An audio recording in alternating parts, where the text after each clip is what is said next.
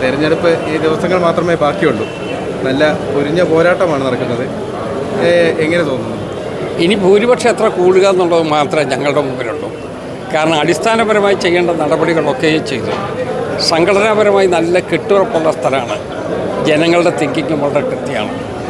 ഇടതുപക്ഷ ജനാധിപത്യ മുന്നണിക്കും മാർക്സിസ്റ്റ് പാർട്ടിക്കും എതിരായിട്ടുള്ള വലിയ ചിന്ത ജനങ്ങളുടെ മധ്യത്തിലുണ്ട്. അത് വോട്ടായി മാറ്റുന്നതിന് വേണ്ടിയുള്ള ഈ പരിമിതമായ ഡേറ്റിൽ കൃത്യതയോടുകൂടി തന്നെ ആളുകൾ ഞങ്ങൾക്ക് അനുകൂലമായിരിക്കും. സാമൂഹ്യക്ഷേമ പെൻഷൻ ഉണ്ടാകുന്ന കാലത്ത് മാർക്സിസ്റ്റ് പാർട്ടിയേ ഉണ്ടായിട്ടില്ല. കേരളത്തിൽ സാമൂഹ്യക്ഷേമ പെൻഷൻ ഉണ്ടാകുന്ന 1962 അന്ന് ശ്രീ ആർ ശങ്കർ മുഖ്യമന്ത്രിയാണ്.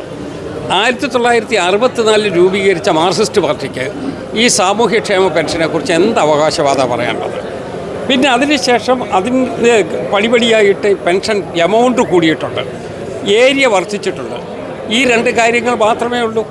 ആ കാലത്ത് അവരും ചെയ്തിട്ടുണ്ട്, അതിനേക്കാൾ കൂടുതൽ ഞങ്ങളും ചെയ്തിട്ടുണ്ട്. ഇപ്പം ഞങ്ങളുടെ പ്രധാനപ്പെട്ട പ്രശ്നം എന്താ?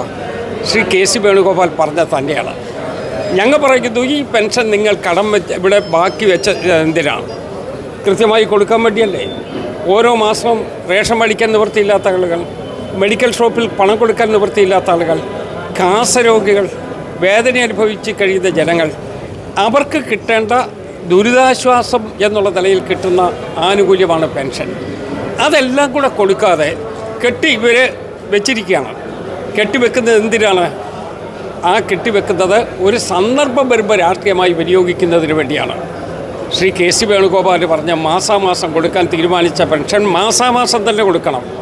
അത് കൊടുക്കാതെ അത് കടമെല്ലാം ആക്കിയതിന് ശേഷം അവസാനം ഒരു പൊളിറ്റിക്കൽ പർപ്പസിന് വേണ്ടി രാഷ്ട്രീയ ആയുധമാക്കി ഇത് മാറ്റാൻ ശ്രമിക്കുന്നു എന്നുള്ളതാണ് ആക്ഷേപം.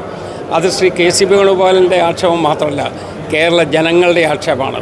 ഈ പാവപ്പെട്ടവർ പെൻഷൻ മേടിക്കുന്ന ആളുകളുടെ ആക്ഷേപമാണ്. അതിനെന്തിനാണ് ഇവർ ഈ ബഹളം ഉണ്ടാക്കുന്നത്? ഞങ്ങൾ ഓൾ ഇന്ത്യ കോൺഗ്രസ് കമ്മിറ്റിയുടെ ഒരു തീരുമാനമുണ്ട്.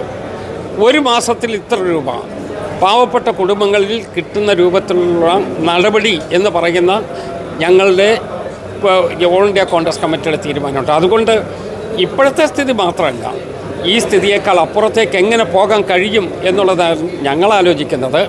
അത് ഞങ്ങളുടെ മാനിഫെസ്റ്റോ വരുമ്പോൾ കൃത്യമായിട്ടറിയാം.